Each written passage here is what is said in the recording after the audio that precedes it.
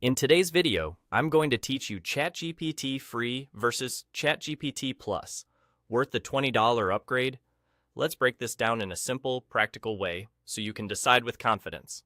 First, the free version, ChatGPT. Free gives you access to the core experience at no cost. It's great for casual questions, quick writing tasks like emails or outlines, and simple research when you just want a fast overview. The trade-offs show up when lots of people are using the service at the same time. During those busy periods, access to the most advanced AI models can be limited.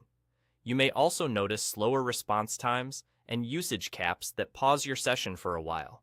If that happens, try shorter prompts, take breaks between sessions, or come back during off-peak hours to keep things moving. Now, the Plus plan is a monthly subscription designed for enhanced performance.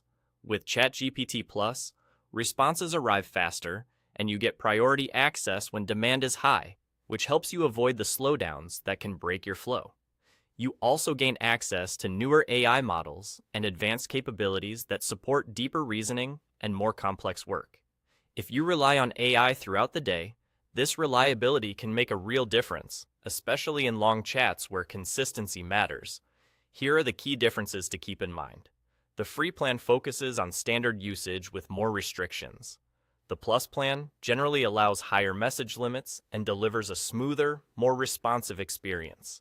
Paid users often see new tools and updates earlier, and the service tends to hold up better during extended conversations and complex tasks where context needs to be preserved. Who should stay on free?